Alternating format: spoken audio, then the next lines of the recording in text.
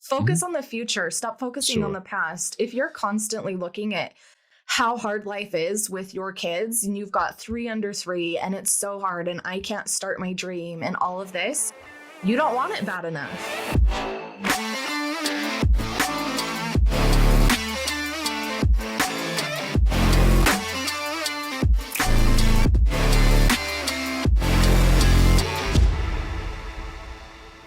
Welcome everybody to another episode of the Jacque Show. I have a special guest here, Amanda Clark, who I've been diving through a little bit more about what she does. There's so many topics that she chats about. We have one in particular we're going to dive into pretty extensively today.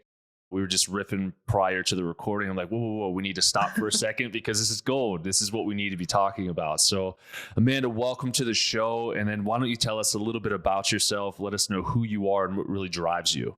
Of course. Thank you so much for having me. I have been excited for this and really looking forward to it. So I was a 19-year-old teen pregnancy statistic. And, you know, at first, and this is going to sound super dramatic, but in the beginning, I truly thought my life was over. I didn't get the wedding that I wanted.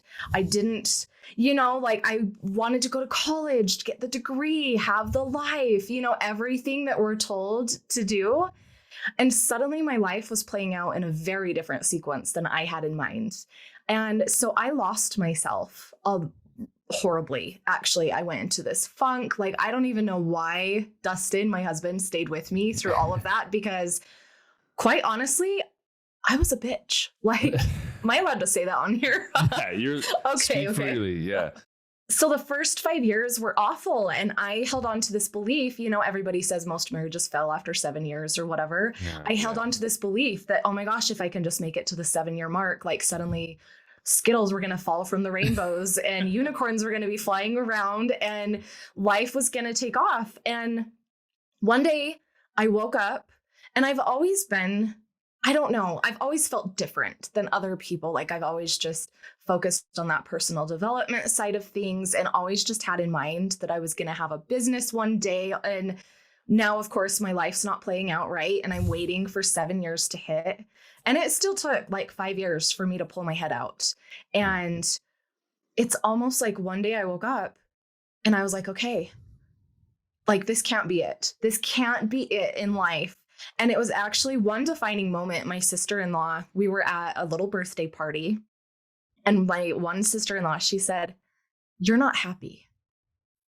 And I was like, wow, if she is starting to notice this, and I've been feeling it, thinking, oh my gosh, is this all there is to life and all of that?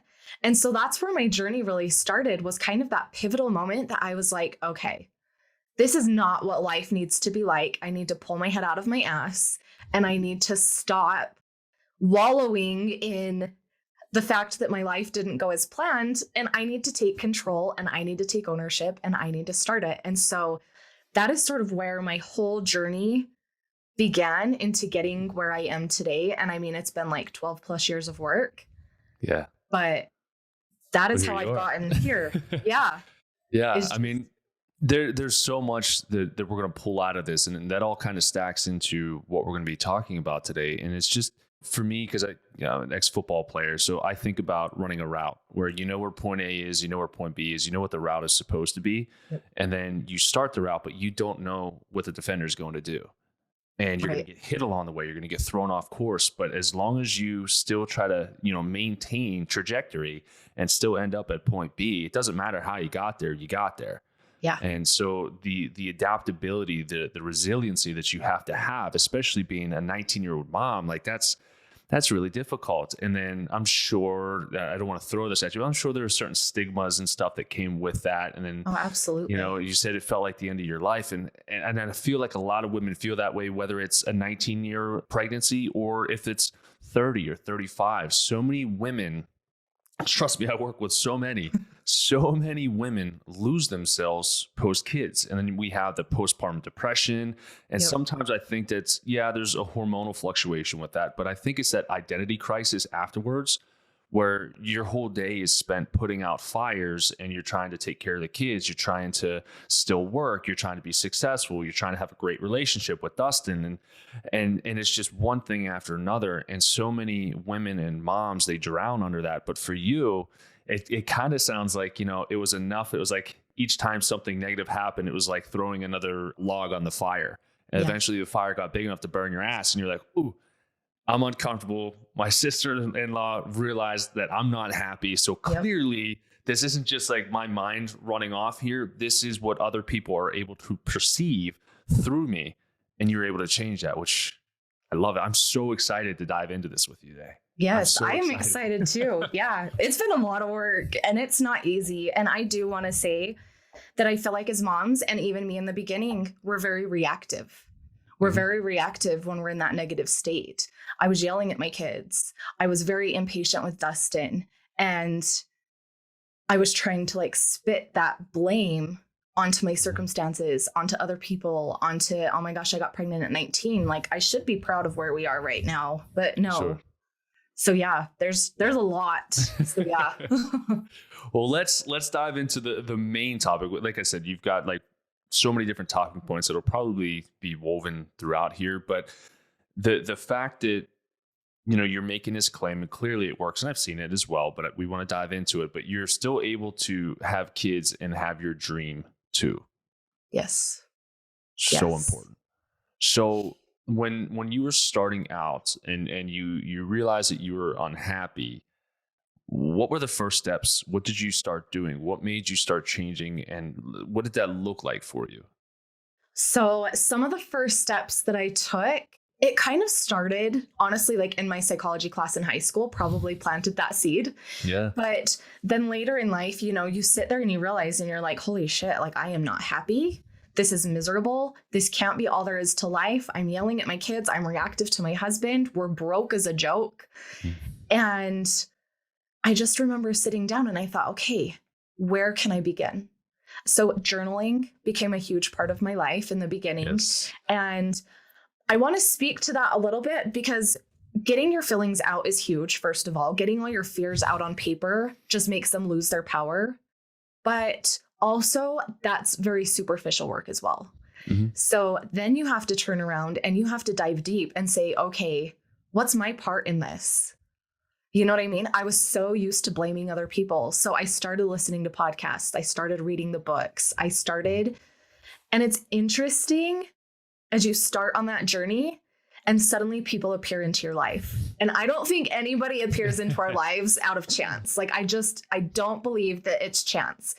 And so you start to learn, okay, people start to come into your life and you start to have these paradigm shifts of, oh, like she's doing that. She got pregnant at this age, and then you're like, okay. So then you just dive in deeper. The books, it turned into courses. It turned into me going back to college to get my degree. So I actually have a degree in human movement science. Okay, awesome. Because I love exercise. Yeah. And so it turned into that. And that was honestly just to prove it to myself. Sure. That was for me. And so these are like the very, very beginnings of my journey along that. And along the way, when you start to fill your cup up, you start to have more patience.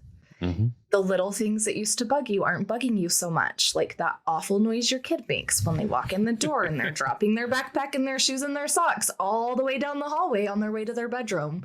Yep. And, it's not like nails on a chalkboard anymore. That feeling you get when it's just like immediate irritation. I still get that. Don't get me wrong. I really hate talking. I don't think it ever goes away, but yeah. Right. But it gets less and less frequent as you start to get more and more in tune with yourself, and you start to surround yourself with people who are, and this is another part of it, is like modeling behavior of somebody that you aspire to be. Sure. Yeah. So just seeing how other people would parent their kids so patiently. There was a huge shift, honestly, between my first and my second kid, like in me mentally. Yeah. And I was like, wow, like maybe I should have had my first a little later in life. But I think I needed that to like throw me into learning about myself. And so that's truly like what the first of my journey looked like. I feel like I'm giving you a really long-winded answer because now we can. Yeah, it's perfect. Because I'm like, now we can fast forward 6 years and we can talk about this whole like religious faith crisis. I don't think I would call it a crisis. I think I knew what I wanted to do. So stepping away from the religion that we were raised in. Sure. So when we moved down to Cedar City 6 years ago, that's when things really took off for me mentally. That's when we kind of got, and I don't want to say like from under the influence of family, but when you're surrounded by family, there's that influence, right? And so getting away, I was like, okay, this is going to make us or break us. Like our relationship had hit a good point. I knew it could be better. And I'm always one that's like, why settle for good? And we moved down here. We made the decision to stop going to church. I thought I was going to die a week later, honestly. Like I thought I was going to get struck by lightning and my business was going to fail. You know, I had that whole crisis in my mind. Sure. And I hired the life coach. And that's like really when the journey took off and I started to notice the highs were a little higher, the lows were a little less low. Mm-hmm. And that's when my business really started to grow because I was stepping into alignment with myself and my life. Who you were called to be. Yeah. Yeah. So it was really cool. That was a really long journey. Yeah. Well, I mean, from all the things that you were saying, there was a couple of things I wish I had a notepad to kind of take down to reiterate, but I'm going to do my best to remember.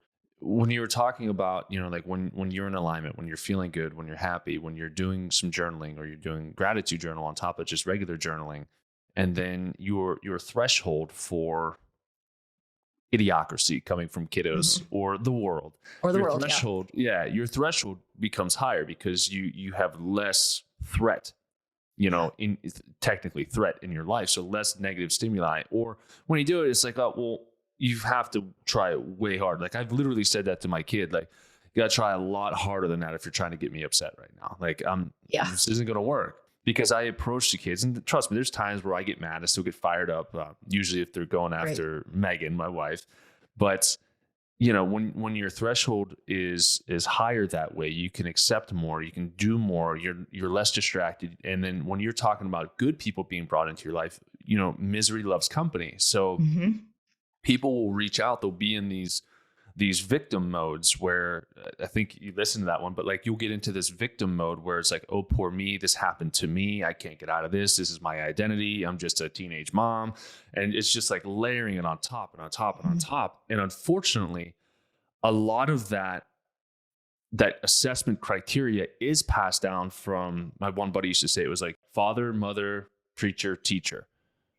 And it's all of those, all of their values, all their ethics get passed on to you. And then we're ingrained, they have us for 18 years or so. We're ingrained that if we step outside of that box in any of those realms, then we're going to get in trouble.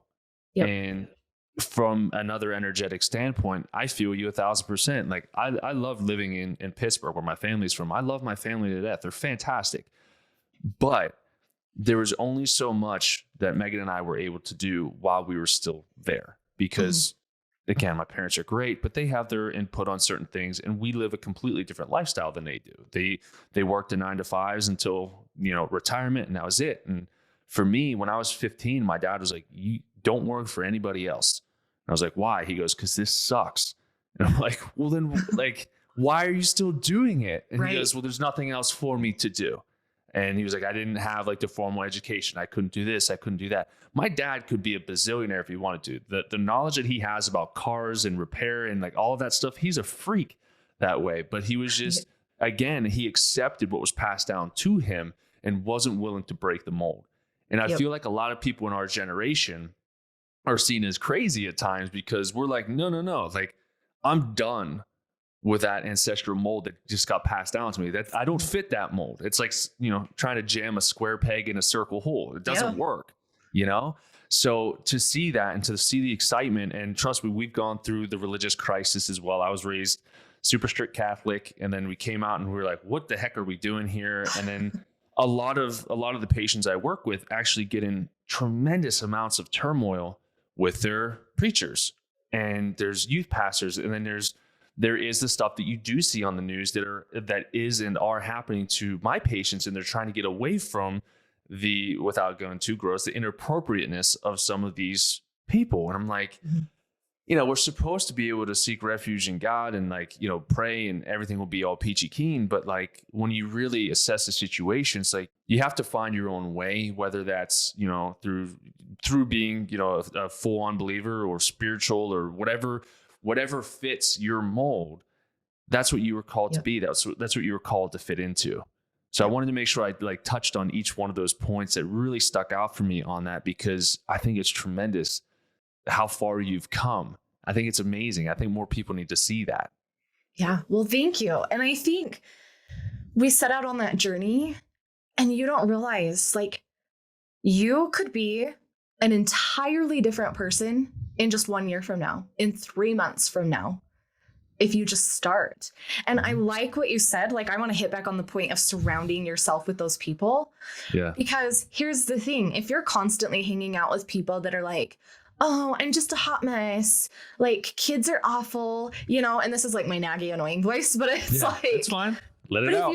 If you're constantly hanging out with those people, or you're hanging out with other people complaining about their husbands, well, where focus goes, energy flows, right? Yep. So if this girl, you just hung out with her for 3 hours and she bitched about her husband the whole time, how are you going to be feeling about yours? I mean, I've switched up a lot of things in my life because I don't have time to listen to you bitch about your husband or your kids. Yeah. I'm sorry. Like, I don't care. Honestly, and that might sound rude. No, it's legit.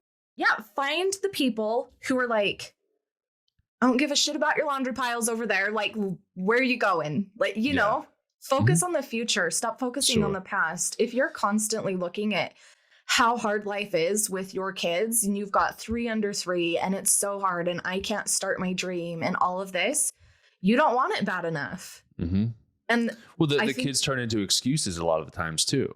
We're like, I can't do it because I have to do this, or I have to do it around nap schedule, or I got to figure out I need help. I need this, I need that. And if you don't have your bearings, it's very easy to spin out of control. And I know Megan went through that too with the identity piece of it. And she wanted to do a whole bunch of stuff and she's still doing it. But I had to come in as the husband and be like, listen, like, hun, you can trust me with the kids. Like, I'm good. Like we built this business that I have right now that I only work 16 hours a week. Now I do other stuff with like test reads and stuff where I'm prepping for the day, but like my time spent in my office is 16 hours. So that means when she comes home from school with our son, I'm on play mode. Like, I'm outside, I'm going hiking, I'm going to the playground. Like, that's the life we built. So then she's able to step into her calling as well with the safety net, knowing like, hey, I've got your back. But something that you said, there's a book, The Power of the Subconscious Mind. Have you ever read that book? I haven't read that one yet.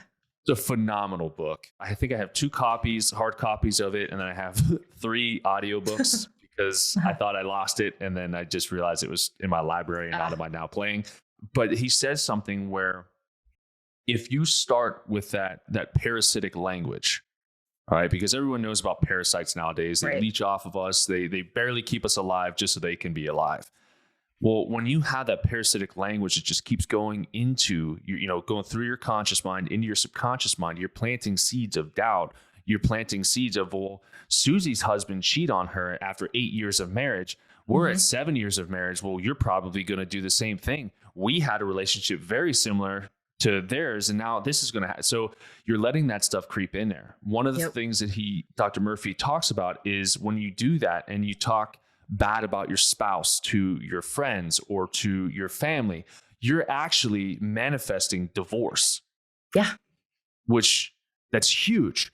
And then to sandwich on top of the surround yourself by people, this is my own opinion. You can fact check me on this, but I think it's really important. But we as Americans, especially in the past couple of years, we've lived in isolation a lot of the times, right? We have friends, but we don't really hang out with our friends all that much. And it could be difficult with kids as well. I get that. But what people will then do, they say you become the 5 people that you hang out with the most or that you associate with the most. Well, if you're barely talking to your friends during the day and you're barely talking to your spouse during the day, what are you watching at night? Right. What's the television that you're watching? Do you have a series that you keep binge watching, or do you keep, guzzling the news down? because what's happening is those people, whether they're characters, actors, etc., they will start to seep into your life as if that is a social relationship. And therefore, you will start to become like those people. So it's not to say don't ever watch this stuff, but make sure you have your conscious mind and your subconscious. Make sure that in between, Matt and I talked about this yesterday, there's that space in between where you have the ability to perceive what you just experienced. Yeah. And you filter it. And then how is that going to land on your subconscious mind? Because whatever you tell your subconscious mind, your body manifests within you. So I wanted to make sure I pointed that out for moms out there, husbands out there, or even just kids out there if you're listening to this. Like, it's really important to make sure that you surround yourself by positive people. If you're playing video games, which I can't really get into video games because I'm not really that good at it. Not around here either. But I mean, in the video games where you're doing like the social networking through video games and stuff, and like I've seen people play it, and like the amount of trash talking and stuff that's in there, it's like, okay, but like it's really negative influence on you and you hear it all the time. Those are now your people that you associate with. So you have to be very protective with your energy and who you allow in and whose words you allow to actually have an impact on you, because they're just going to be shackles that you're eventually going to have to break free from. Great. I have a really good quote to go along with that a friend told me when we were doing a podcast interview together. And he said, "You're not leaving anyone behind. They're choosing to stay." So you're going to start to notice as you jump on this journey, as you're the mom that jumps on the wagon, gets out of that hot mess, like society norm culture, somebody's going to come into your life that's going to be going in a direction that you want to go. Mm-hmm. And those other moms that you've been friends with for years, they're either going to choose to stay and whine and bitch and complain about all the same things that they've always done. And they're just going to manifest more of that into their lives. Yep. And you're going to start to feel that gap happening naturally. This has happened to me with some of my best friends in the past who now we hardly ever talk because I'm sorry, I don't have the time to sit and complain. I want to talk about your goals and your dreams and where you're going and what you're struggling with and how can we fix it, and let's solve that problem and let's move forward. And okay, your husband said this, like, here's maybe what he meant. Like, maybe go back and talk to him. Like, just open up that conversation because like you said, your wife feeling like she had all these dreams and goals. And I was that mom that used my kids as an excuse for years, literally years. So if I am here to give you a permission slip, this is it. Do not use your kids as an excuse. My perspective on that has completely shifted into I'm doing this for my kids to provide them the experiences that I want to give them in life, to provide them with the vacations that I want to take. And I want to be able to sit down at the beginning of each year and be like, okay, kids, like what vacations do you want to go on? What do you want to do? And sit down, and money is just not even a thing. We just book it all out, and it's just like, nope, we're just making it happen. Like that's a life I see for myself. Yeah. And I just want you to know that if you have those old friends bitching and complaining and whining about their husbands, they're going nowhere. I'm sorry. They're not. And like you said, negativity breeds negativity. So you're going to start to feel the gap there. And then as far as trusting your husbands, so I feel like in the beginning of my marriage, and I don't think it's a trust thing. I definitely don't think it's that. I think it's a guilt thing for moms. Sure. Okay. So I feel like, it could be a trust thing because I do have some moms. She's like, I don't know if I'd early my kids with my husband. Sure. But I feel like it's more of like this mom guilt thing that we are the caretakers, the nurturers, we're the ones that are supposed to be taking care of the household and taking care of everybody. And that's just like what's been passed down through generations in the past. But if you shift that perspective, and first of all, I want to say, don't ever call it babysitting because they are his kids. Right. And second, if there's one thing that I've realized by having a super supportive husband like I do, they truly want to help you and they don't know how. And if you feel guilty for asking to the point that you just don't ask, he's probably feeling bad on the other side, wondering how to help, but doesn't want to overstep his bounds. And this is where I feel like communication kind of gets muffed up in marriage too, is, let's be real. My husband is not a talker. Like he is not one that will just chat with me. And so If I don't open up those lines of communication or he doesn't ask me, here's a thought for you. You place this expectation on your husband just because he's your husband. Yeah. But did you ever ask, or did you just get mad when he didn't meet that expectation? Right. It happens a lot. Yeah. If you never asked, and it's the same thing like with my husband, he always says, I can't read your mind. And it's true. Like they really can't. So don't. We try. Right. Right. I hear that we women are complicated creatures. But like, don't place expectations on one or the other person and then get mad when they're not met if you never opened your mouth and asked. So ask. They truly do want to help. And don't feel guilty for asking. And I would feel guilty for asking because he would be at work 40 hours a week. He was going in, at 6 a.m. or whatever. And I would feel guilty. But like you said, you come home from work and you're in play mode. And he totally was. And it pissed me off because I was like, I have to be the discipliner and I have to be this. And then dad comes home and gets to be the fun parent. But yes, I feel like that's just the dynamics there. But if you want to be the fun parent as a mom and you want to chase your dream, then make your dream fit. Yeah. Fit it into your life. Make the plans to go do fun things with the kids. Work your business around that. And I always say, like, you can have your dream and have kids too. And a lot of people, like me in the beginning, thought that my dreams were over.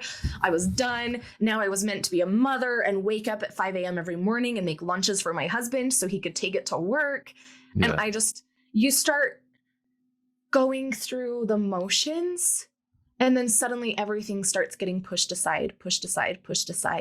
And then you start to find that your relationship's drifting and your focus has been on the kids. And, and then you fast forward and you have all sorts of other problems. And you're like, well, I thought if I made it to the 7-year mark, and then that day comes and you wake up and the realization smacks you in the face that it's like, hey girl, like, this is you. This is you. So it's like, drop the guilt, make your business fit into your life and move forward from there and just make it work the best way that you can. I'm not all about the hustle and grind, but if it's that your husband comes home from work at night and you're like, hey babe, can you just watch the kids for 2 hours while I go hide out in the bedroom and write a couple blog posts, write a couple emails, connect with a couple people on Instagram, whatever it looks like for you, he's going to be more than happy. For sure. My husband cooks dinner every night, almost. Like, yeah. I'm glad that you cook dinner. I love it. I love it. He enjoys it. I do not. And so I'm like, you know what? Kudos to you. Like, he cooks dinner. I get a little bit more work done some days, and it works. So I feel like people hear all this stuff of you have to hustle and grind, get up at 4 a.m., go to bed at 2 a.m. You don't want it bad enough if you're not doing that. And it's like, whoa, homeboy. Like, that still drives me nuts. Kids. Yeah. And I feel like it's good because sometimes I'll listen because, you've got Dave Goggins, Jacque Willink, all of those who are saying that, right? Well, do they have kids? Yeah. They do the hustle and grind for them. And they're not doing it to prove a point to anybody else. Yeah. But for you as a mom, do it for you and do it for your kids to provide a better life.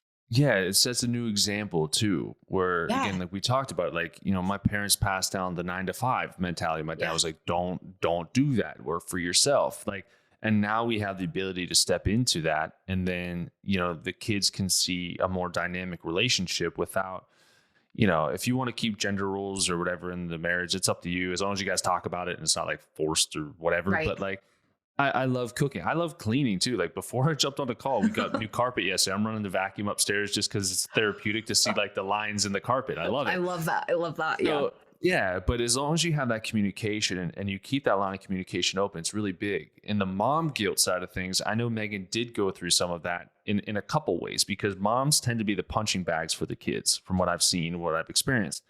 And so Megan can watch the kids for like 5 hours and either have the most fantastic day in the world, or she could watch the kids for 5 hours and walk out like she just got out of a ring with Mike Tyson. Right. And then I step in and I'm like, babe, go to the gym, go do whatever you want to do, go hike a mountain, like take time, do whatever you need to. I've got the kids. And then she'll be texting me like, how are kids? And either I won't answer because I'm playing with them, or I'm like, oh, they're freaking awesome. Or I'll like send them a picture of them just randomly playing and like going throughout the house and having a blast. And to me, that allows me to have a stronger relationship with my kids, because I also don't want my kids to see me just work all the time and me be on my phone and be like, hey, sorry, buddy, dad doesn't have time for you right now. Or sorry, Sage. Like, I don't want that. And a lot of my business is virtual, and there's docs who are reaching out to me. There's patients, there's podcasters and stuff that are reaching out. We're doing these things. But when you fit it into your life, like you said, fit your business into your life. Don't fit your life into your business. I believe I quoted that correctly. You can correct me. Yeah, you did. Yep. That was great. I said it nice and slow. I'm like, please don't screw this up, because it's important. So in that same vein, I think you took some notes or something right there, but I wanted to see, when we talk about the mom guilt and we talk about expectations of moms and parents, I think this is something that's very, very, very vital. Whether you're a mom or I've talked to a doc that I work with who wants the type of lifestyle that we have with the freedom, but he's afraid to put work in. And so there's these people who want to do like these aggressive jumps, and they're like, I'm tired of working for the man. I'm going to work for myself. Right. And then they're like, but I also want to have 40 hours a week where I just hang out with my family. I want to make all my kids baseball games and softball games, and I don't want to lose my relationship with my wife. I'm like, I get that. However, there are certain sacrifices that do need to be made in the beginning when you're opening a business, because there is stress, there is sleepless nights, which I'm sure you've had plenty of those, especially with kids. But there's all these layers that kind of add on to it. And something that's massively important with the communication piece of this is, if you don't have proper communication and you don't have a solid foundation of a relationship with your spouse prior to stepping out in that endeavor, you may lose that relationship. Yeah. Have you seen that a lot? Honestly, I haven't seen it a lot. A lot of the people that we have surrounded ourselves with that have done that, they had those open lines of communication where they're like, okay, where are we going? Where are we going? Where are we going? And knowing, because I actually can really speak to this right now, is my husband quit his job in August, and he guides elk hunts every fall, and he makes enough that will carry us for like 5 to 6 months, right? Okay. And he said, I want to support you on your dream. Let's do this. Let's see if we can make this happen. And we actually did have that conversation the other day. So here's what I see. So my husband is very new on his personal development journey, right? So about a year ago, I'm like, okay, this goes back to Chris Harder. Do you know who Chris Harder is? Of course I do. Oh, okay. All right. You were in Fast Foundation. Okay. So he and Lori, do you remember when he talks about, he has a podcast episode like 30 books in 30 days or something? Yeah. Mm-hmm. Lori was taking off on her dream and in her business and all of that. And he was starting to fill that gap. So I was starting to fill that gap with my husband, because I have been taking off and he has been that person. So if this is you out there, just content. I married up, like that's what he always says. Like I just like scored the jackpot or whatever. Yeah. And he used to ask me, why do you want more? Like, why? Our life is good. And I'm like, yeah, it's good, but could it be great? Mm-hmm. You know what I mean? And it's just like, I'm super happy with where we're at and the journey we're on. And I feel like that's where you have to hold that gratitude piece with you along the journey. But I told him, I don't think I've ever said this on a podcast either, but we finally like sat down. You're getting like privy information here. There we go. Let's do it.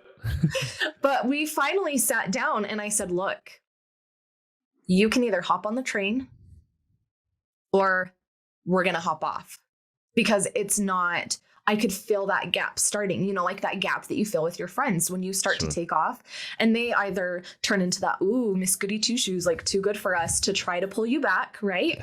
Or they're going to hop on the train and be like, okay, I want to go with you. Where are you going? And that's kind of what I told my husband. And it was a really difficult conversation to have. Sure. But I said, here's the direction that I feel that we're going right now. And I mean, we literally had this conversation like 2 weeks ago. Yeah. And I said, first of all, I don't want all of our conversation to revolve around kids. Mm-hmm. And I don't want all of our conversation to revolve around business. Right.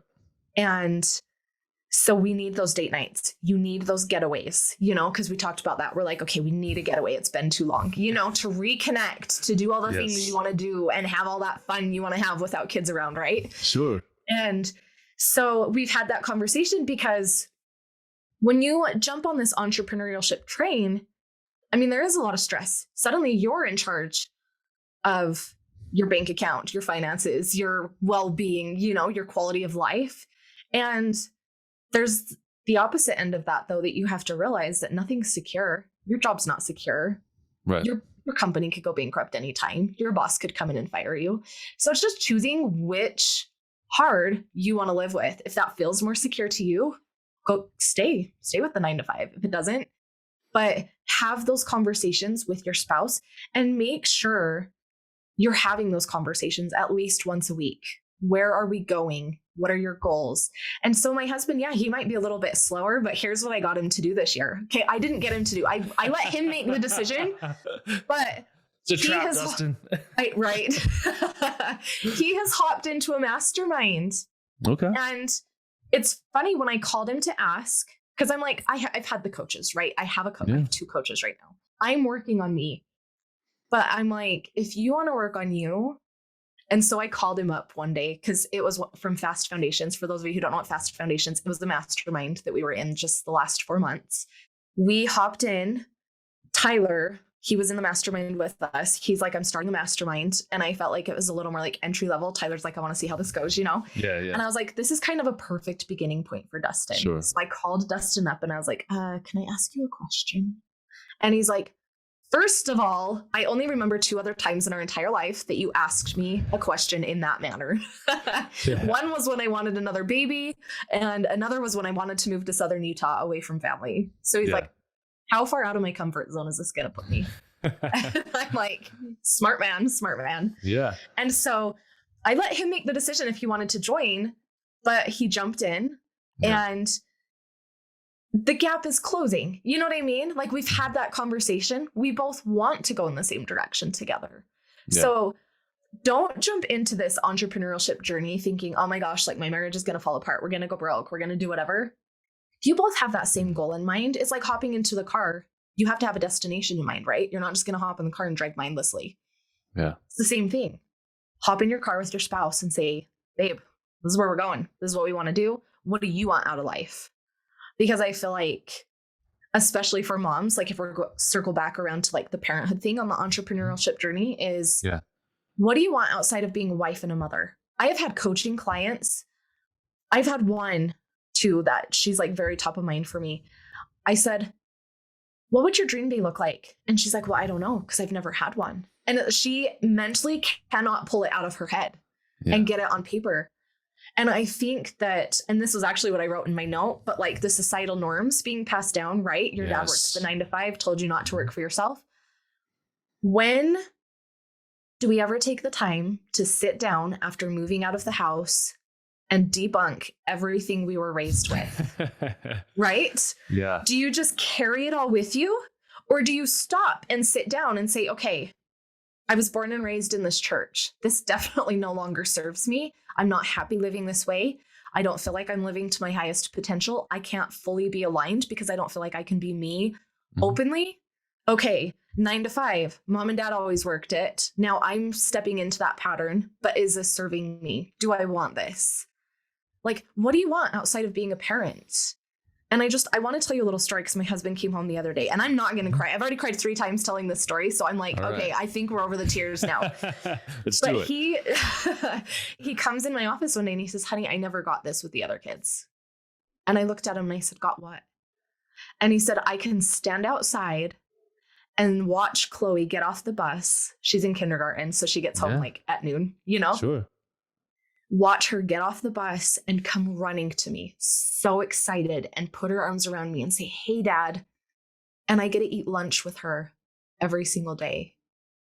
And it just like melted my heart. Sure. Because it's a whole different side of life that most people won't put in the effort to make. But it's like, choose your hard. Do you want to keep living broke, keep working for the man, keep living the life that you're living unfulfilled and unhappy, and then retire at 65 and hope your body hasn't fallen apart by that point? Yeah. Or do you want to live life now with your kids and be present and have the freedom and the flexibility to go on those vacations and do what you want to do? Like you said, you work 16 hours a week. That's probably blowing most people's minds right now.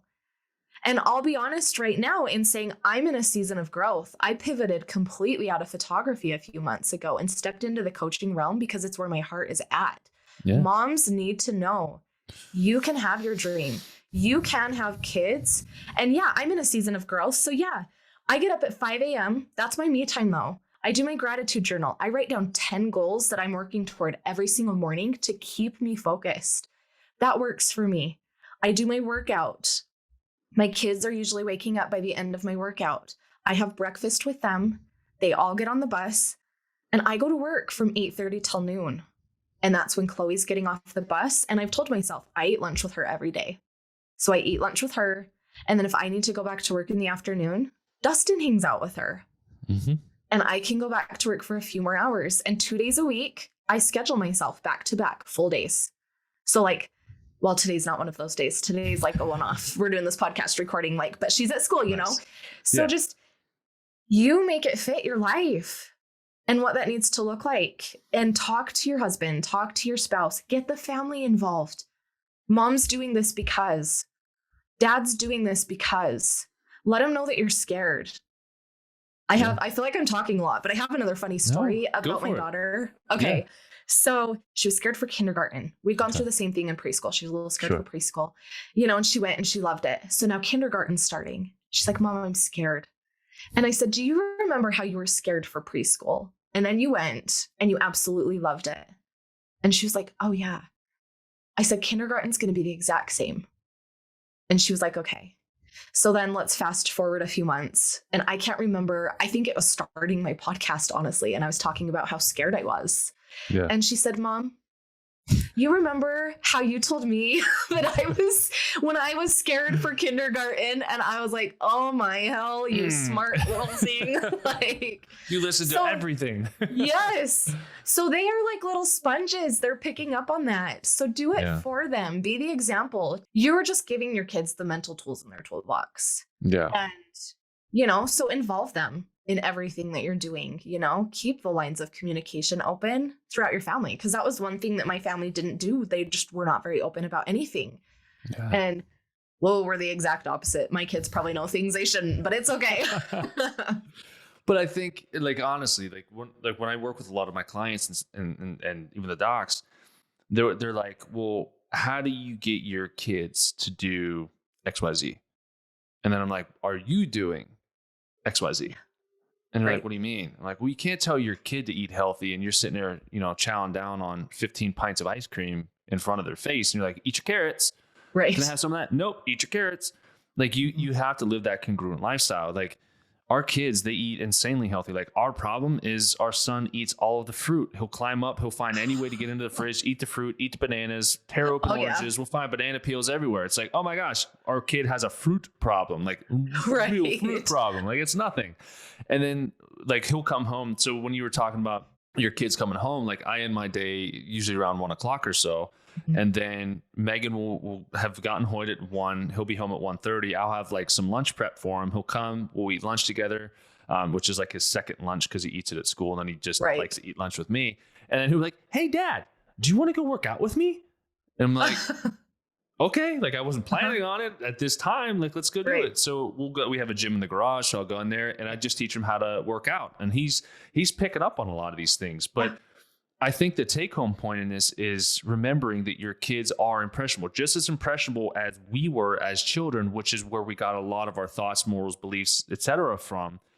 If we can change that paradigm, not if, but when we change that paradigm for our children can see that things are a lot more tangible. They can do things. They can go on vacations. They can travel the world. Like our son traveled to Italy when he was 8 months old. We went to London, Italy. We went to, we travel a lot with the kids, but they're great travelers now. So going to the airport's pretty easy. I mean, it's tough packing all the stuff for the kids, but relatively easy to get back and forth. And from a side tangent symptom point, from what I see, and you probably do this as well, especially stepping into the coaching space, is the number one symptom associated with not living up to your potential or your calling is going to be your anxiety or depression.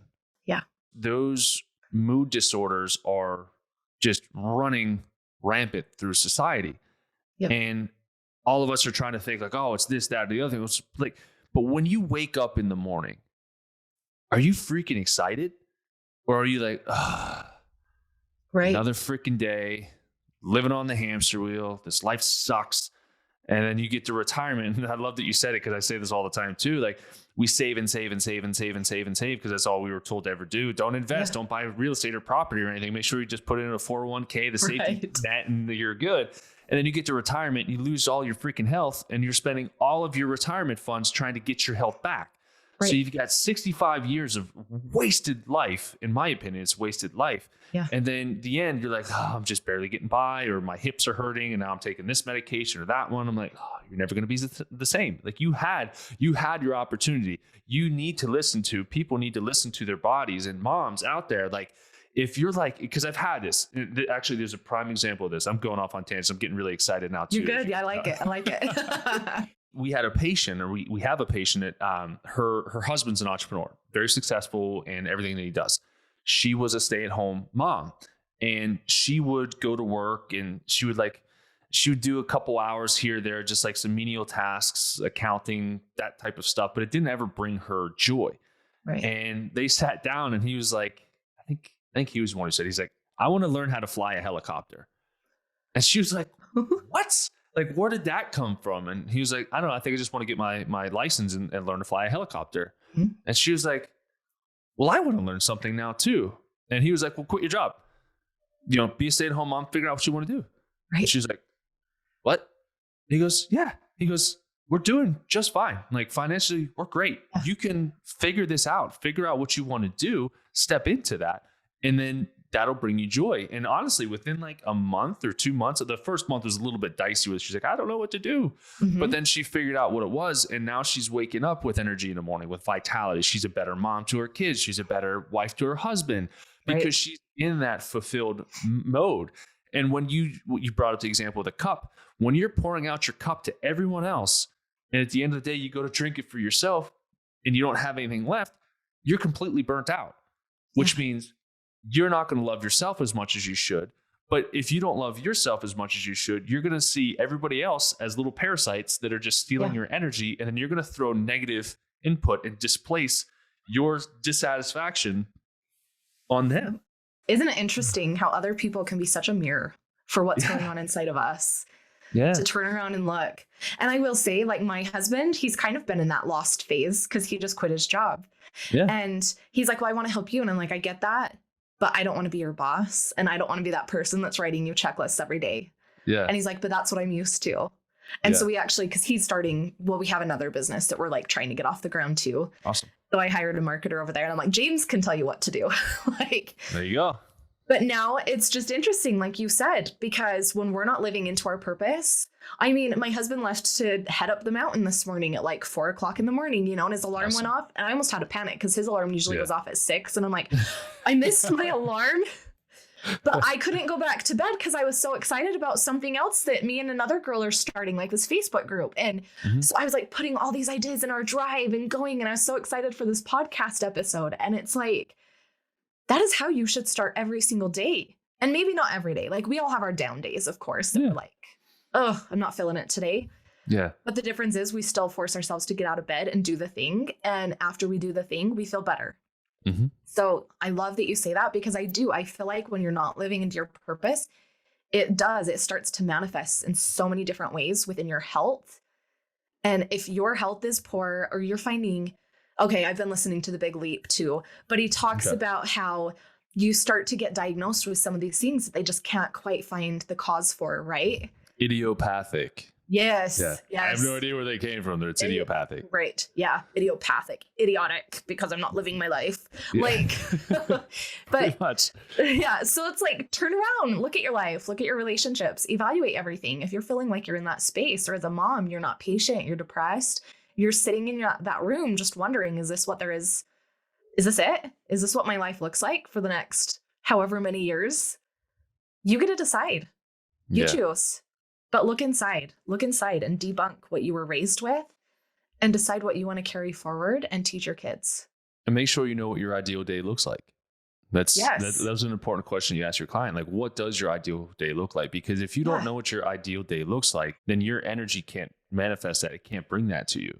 Right. And what's going to happen is you're just going to be shooting your energy off in so many different directions that you're going to get in a state of overwhelm, which a lot of entrepreneurs and business owners do. They try to do too many things at once instead of realizing, like, do I need to go and do that? That's not a real high level priority. Why am I getting stressed out because I'm not completing that? Because I have a book above me that's not perfectly like that would be something. It is messed with me a little bit, but like it's not worth wasting my energy, because my energy, I try to quantify energy, and this isn't clinical, but pretend you have 100 units or 1,000 units of energy a day, right? Mm-hmm. You have to find a successful to-do list of the most important things that you want to get done, right? And then say you're going to throw 10 units of energy towards, doing that, 10 to your morning prep, 10 to a workout, 10, and then you start chipping away at it. And then you do that inventory list where, like, most people are like, oh, I didn't get my whole list done. Well, you did 10 things or 15 things that you're supposed to do, or even just one thing that you're supposed to do during a day. And it makes the largest impact. Those other things don't have a deadline associated with them. So don't get upset. Don't waste your energy on those things. And then make sure with that quantifiable energy that you don't have any holes in your energy bucket. Yeah. Right. So like from a health standpoint, like if your gut's a wreck, or if your diet is horrible and you're just constantly inflamed, well, now you're going from 1,000 or 100 units of energy down to, we'll just say 80. So now you have less to work with, and then 50, and then you have 30, and then you have 10, and you're like, oh my God, now I can't do this. I can't survive anymore. What do I do? Well, eliminate those holes in your bucket, patch them all up, fix it, and then you'll have more units of energy that you can get more things done through the day, which is also why I love working with entrepreneurs, because they're like, I'm exceptional. I'm like, you have a lot more potential, because people do operate in a too good to be great mentality. Like, we're good. Like you said, we're good. It's okay. Mm-hmm. And I was like that. And I'm like, I'm good. Like, we've got a beautiful house. We've got kids. We've got a dog. We've got everything that we want. And Megan's like, I want more. I'm like, but like, we're good. Like, I'm cool with that. She's like, well, let's talk about what we want. And so we're like, okay, we want to get into this. We want to invest into that. We want to build this. We have all these things that we want to do. And I'm like, well, at first the old school me, like the way that my parents raised me, like, well, I don't need anything more than a house and a family. Like that's all, and a good job. And then now I'm like, well, if I can figure out ways to take the hard work that I'm doing through this and invest it into things that are going to make me money on the side, then that builds that passive income, that wealth that we don't have to do much for. And then for me, like, people are like, oh, I'm going to buy my kid a car for his 16th birthday, et cetera. Like, I'm manifesting, I'm buying my kids houses or condos or something to manage for their 16th birthday. And then any money that comes from the profit of that is going to go into whatever they want, whatever investment portfolio, whatever that they want to invest into. That's going to be that, because real estate's never going to lose, in my opinion. I'm not a real estate expert, but it's never going to lose value. People are always going to need a place to live. Right. And then as long as you do a good job maintaining it, it's an investment opportunity that can set them up for life, which is something completely different than most people think when it comes to kids and like the overall entrepreneurial thing. Because then you learn how to manage people, get contractors in. And again, being like a 16-year-old bossing around like a contractor, I think that'd be pretty cool. And I know my son would be good at it. He bosses me around. But this mindset, I love it. Like, I feel like we could probably talk for an entire day on all of this, because this is so impactful. I mean, we talked about starting off by laying the foundation. Talk to your spouse about this stuff. Where do you want to go? Also know that if there is a gap that is growing, to me, there's a second layer to that, where I know people who they're like, listen, like, I won't say that because it's somebody close to me, but they're like, I know that you can out earn me all day long. Go do you. I'm gonna just make a nice house. Like, that's all I'm going to do. Yeah. You can grow, you can do whatever the hell you want to do. I will support you in any way that I can, but I'm just going to make sure that you have a soft bed to lay on when you come home. And so they don't have to necessarily want to grow. It can be a little bit, like, the conversation is going to be a little bit off, but if they're open to still talking and communicating and you still have that relationship bond, I think it can still really work. another layer of that is I have a buddy in Pittsburgh. I love this dude. He's been my best friend since I think like he'll probably kick my butt for not knowing, like 7th or 8th grade. Like this dude is like die hard, would give you the shirt off his back, the skin off his back. Like he would do anything to better you, and he'll sacrifice himself in the process. And so he was raised more like blue collar than I was. And then I got out and I started doing my stuff, and a lot of my friendships started to kind of cease because I was growing, I was out of state, and it was like hard to have conversations. And then he reached out one day and he was like, hey, I want to do something for hunting, which I'll probably have to talk to your husband about this. Yeah. He wants to make a certain device. I'm not going to go into it. He's actually in the process of making it now. Oh, you talked about this on one of your other podcasts. Yeah. And he's like, what do you think of this idea? And I'm like, bro, you just went from like a 9-to-5, or he wanted to build his own smoke shop and microbrewery in Pittsburgh, which there's very few of them, and he would be very successful because his smoked meats are freaking amazing. But like he switched into that entrepreneurial mindset, and I'm like, what made you switch? And he said 2 things. One, I didn't get to see my daughter enough. Okay, he wasn't around with his family. He worked way too many hours. And the other one was he was just sick and tired of living the same life day in and day out. And then I'm like, all right. And I gave him the power of the subconscious mind. And he's like, bro, like this changed my life. He goes, I didn't know that I could manifest these things. I didn't know that I had this power within myself to do this.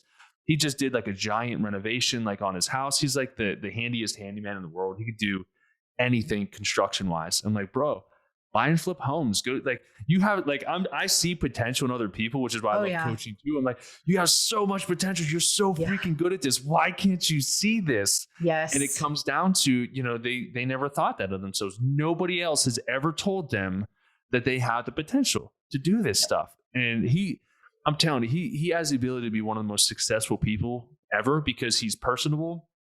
He's authentic.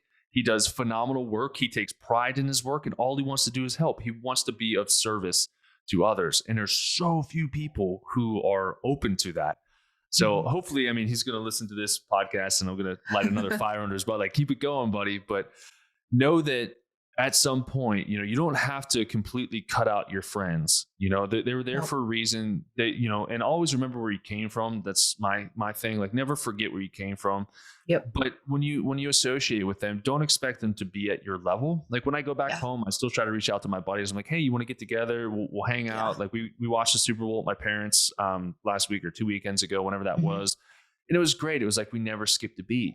Right. So you can have that gap. Don't be surprised if friends that you talk to less start becoming a little bit more curious about that, because people operate out of a sense of insecurity or fear, and everybody wants to feel safe. Yeah. Yep. Right. And then when you do this, you're like, ooh, that like they internalize it, like that makes me so uncomfortable for you. I'm just gonna keep doing my thing over here, and then you let me know how that works. And then eventually they're like, wait, he's still successful. He's still doing this, or she's still. How is she? And they went on what trip? And they've got what? And they look at their house, and how is this happening? And then they're like, hey, remember that one time I told you that what you were doing was crazy? Yeah. Can I get in on that? Like, where do I start? Right. You know, and I think that's great because people, I think, subconsciously are rooting for us, but they're too afraid to express it because, again, it would make them uncomfortable. It would make their whole paradigm crumble because they're like, well, I'm pulling for you. You look really happy. I know why you're really happy, but I'm still choosing to stay firm in me being unhappy. Doesn't make any sense. Yeah. We have to show them what's possible. Take that path first. Show them what's possible. The ones who want to make a better life, they will. The ones who want to stay stuck, they'll stay stuck. Yeah. What advice would you have, like, for starting out? So if there's a mom who just had a kid or have had 10 kids and they're like, I don't know what to do with myself. They're 10 years down the line. What would you do, or what would you say to those women who are trying to get out there, to broaden their horizons and kind of step into what you've been able to do? What would you kind of tell them? I would tell them to sit down with a notebook and decide, who are you outside of being a mom, outside of being a wife? What do you want? What direction do you want to go in life? And don't hold back. Don't judge what you're writing. Let it flow and just decide, because ultimately the how is none of our business. But I am a firm believer that if we put that energy out into the universe, it's going to circle back around, right? But again, where focus goes, energy flows.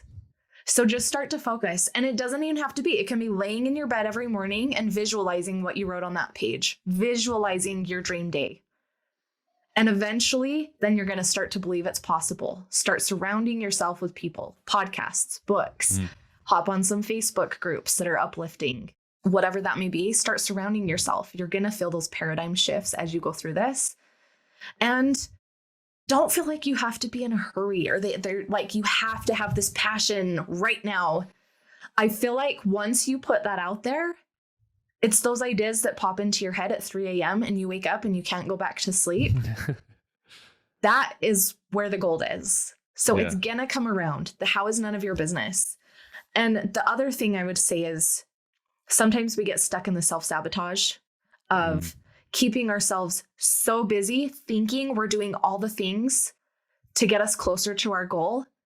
So sit down and look at what you do every day and just ask yourself, is this getting me closer to the dream life that I envision? And if it doesn't, cross it off your list and throw it out. I mean, there are things, we have to do laundry, let's be real, but hire out, delegate. Right. Yeah. But yeah, that's ultimately what I would say is just decide what you want as a person and write it out. Don't be afraid to do it, and growth is uncomfortable. Yep. For a lot of people. And if you're radically changing from a 9 to 5 or you're quitting a great job with a lot of people like, oh, it had great health benefits, et cetera. And like, well, to me, I'm like, no, they gave you great access to drug dealers, but that's my position on it. Right. Yeah. But don't be afraid to dream and don't be afraid to lean into the hurt or lean into the pain, because anytime anything grows, right? If a muscle grows, there's pain that happens beforehand. Right. And what I've experienced, man, even though this business is open 6 years, going on 6 years or something, maybe 7, I don't even know, I'm losing track. We have experienced so many ups and downs of just chaos that just can take place. But the power of the pull, like I talked about in the previous podcast, like you'll go through and sometimes what'll happen is like you'll build something and you'll have like a pretty successful business and you're like, but I kind of want more. And you're trying to build up and you've got kids. So it's like building like with Lincoln logs, and then you start getting up a little bit taller, or like just overall those mega blocks that never freaking stick properly. They're like baby Legos. Yeah. You start building that tower up and all of a sudden it falls over.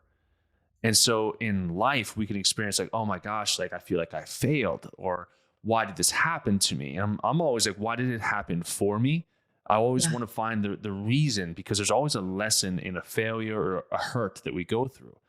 For me, what I've noticed is we can only grow as tall as we have set our foundation. Yep. Okay. So if our foundation's only set for a 4x4 and we're building up and all of a sudden we topple over, well, we need to build out that foundation. That foundation worked for a smaller project, but we want to grow bigger than that. And we want to grow higher than that. So we can't be afraid to just be like, knock this thing down. We're going to rebuild it. We're going to go for this, because now you've seen what's possible. You've seen what you're capable of. You're seeing what you're able to manifest. You're like, I was thinking so small over here. Like, I can't even believe that was my thought back then. Now it's like, now I want to conquer the world. Like my end goal. And I talked about this with my buddy, Johnny Alsasser and Elliot Schwartz. And we went deep sea fishing in Charleston, and we were just brainstorming, masterminding. We were doing all this stuff on a boat. And they were like, hey, what do you want out of life? I'm like, I think I would like, what I say? I think I want to eventually have like a private jet, because I'm tired of like the COVID regulations on flights and stuff. So like, I would like that. And then they're like, okay, but like, what else would you want? I'm like, I don't know. And then like, we're shooting all these ideas back. And I'm like, all right, here's what it is. I want to buy an island. Okay. And here's why. Not just to say I have one, but I would have people can invest into this to get this island, but there are strict parameters on the island. There's not going to be any of the hate. There's not going to be any of the deceit. We're going to take care of ourselves. We're not going to be drug pushers on the island. We're going to just fully enjoy and have our own healthy, natural society, healthy food, all organic food. We can grow stuff off the land, and we're able to kind of share in that community, that commune, not a cult or anything. Right. I was like, wait, I wanted to invest in this island, but what direction are we going? Let's just pull that hand out. No, but like just an island where like people can feel safe. They come there, you just really have a good time. One of those places where it's just like, man, like every time I go to blah, blah, blah island, like It's so awesome. Like the people are so nice. Like I don't know why society can't be like that, 24/7. I don't understand it. And I want that for like, cause our kids, like we've got kids that are growing up and I want them to be around like-minded people too, entrepreneurs that like when a kid's like, hey dad, I want to build a condo over here. You can actually have a conversation about that. I'm like, all right, cool. How are we going to do that? Like, who do you want to hire? Like, let's do it versus like normal society. If a kid says, I'd be like, who the hell are you? Kid? Like, what? Right. No, we're not doing that. So be able to dream big. And I'm big with visualization. Like the house that we're in right now, this was a visual manifestation of what we wanted. We spoke it out there. We drove past his house by accident. We were like, this is way too far out of the way. And then we were like, what do we want? So we had the number of bedrooms that we wanted. We needed to have my own office in here. I wanted double ceilings because I love gigantic living rooms. For me, it just makes it feel spacious and open. I've also said that I wanted to always be able to hear music all throughout the house. So we have like the surround sound that goes all throughout the house. We run it through the receiver. And then we found this house and we had obstacles along the way. We got denied like 4 times for loans and stuff, which like everybody was throughout the end of last year. Right. And then I'm like, listen, like, I know this feels disgusting in my stomach that like people are telling us no, but like, I already know that this is ours. So like, I'm going to sit with that. So I would sit and I would meditate, and I'm big with visualization cues where like I pictured myself in our house, in this house on our couch with the living room, exactly how it is, our bedroom. Like I'm able to basically walk all throughout the house, the garage, every single millimeter of the house. I had the measurements written down, everything. I had it all. And I visualized us in that house. And sure enough, we're here. And it worked out because we were able to get out of our lease for this place that we were renting like early. Then the people that were here, they were like, well, we can't get out until January 15th anyways. We're like, this is perfect. We don't have to move through Christmas. So like our running joke was we bought a house for Christmas.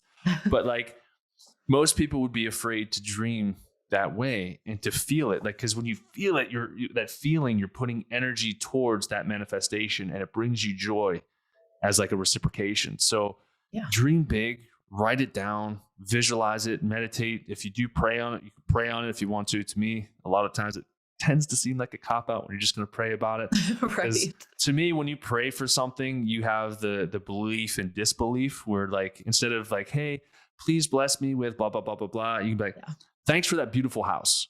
Because then you're not questioning. You're like, yep, I already know it's there. It's mine. Right. We're good. So yeah, I think there's so many gems in all that we talked about today. Right. With everything that we talked about, any other points, talking points, things that you feel like moms should know or be aware of who are ready to make this step? Because I want this podcast to be like my go-to podcast that I share with patients who are like, I want to get out on my own. What do I do? And obviously get them in contact with you. We'll have all of your info and stuff in the show notes. But what would be like another tip if you have one for somebody ready to jump out on their own? Just think about where you're going. Know where you're going. Pick those few things, those few tasks, like what's going to get you there. Connection, community. You know what? The biggest driver that has helped me so much the last few months is connecting with people. You can put all the content you want out there, like serve. I agree with that wholeheartedly. Yeah. But I had hit this point where I was like, oh, Tuesday is my TikTok day and I'm going to create TikToks all day on Tuesday. And then I was like, that was stupid because it's driving business for our product-based business, but maybe that doesn't work for you. So just because somebody else is doing it, don't feel like you have to do it. Don't try to copy other people. Do what feels good to you and grow it how you want to grow it. And again, just make it fit into your life, because otherwise you're going to get burnt out. You're going to get overwhelmed, and just take those steps. I always say 3 to 5 tasks a day that are going to get you closer to that dream, and then just jump. Honestly, jump and hit it hard and have your season of growth, but just know where you're going and know what steps you're going to focus on. So that's build community, serve people, whatever. Put that energy out there, and I do feel like it will get returned.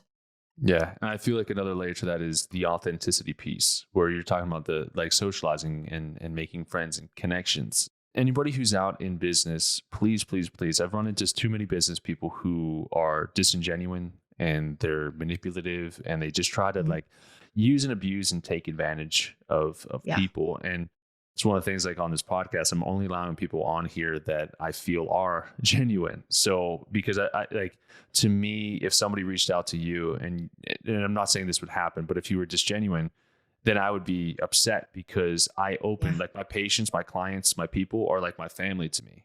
And so I only let people into the circle who I feel can serve and are authentic. So please, please, please, if you're going out into business and you're trying to find your identity or whatever it is, don't be afraid to be vulnerable.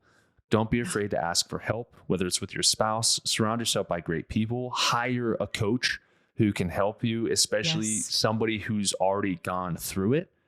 You know, it makes a huge impact. And to know that you're not alone, you know, and if you have like these Facebook groups and stuff as well, like there are so many people who are struggling with or struggling through some of the same exact things. And you may be this close to the other side. We see these memes all the time where I saw one that there's two miners that were digging underneath the ground and they had their picks and they were going through, and the one guy was like 1 inch away from the diamonds and the guy above was just like hammering away, and he got to the diamonds. He goes, you may be one strike away or one stress away from reaching your goal.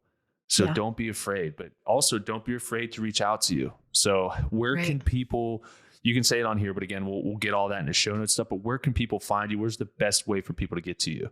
Amanda Clark Studios on Instagram and amandaclark.biz online. And I also have a podcast called Braving the Mountain. So that's another place you can find me hanging out as well. Love it. Awesome. Well, thank you so much, Amanda. I feel like we could talk, like I said, for days and days and days on these topics. So I'll be mindful of the time, but thank you so much for being on this podcast. I think this is probably going to be one of the most watched, most viewed, most listened, because again, I work with so many women, both from an entrepreneurial standpoint and a health standpoint. And to know that there's a fertile ground that they can jump into and have a great resource like you, I think it can really help to inspire a lot of people to take that leap of faith in the right direction. So thank you again for jumping on the show. Of course. Thank you so much.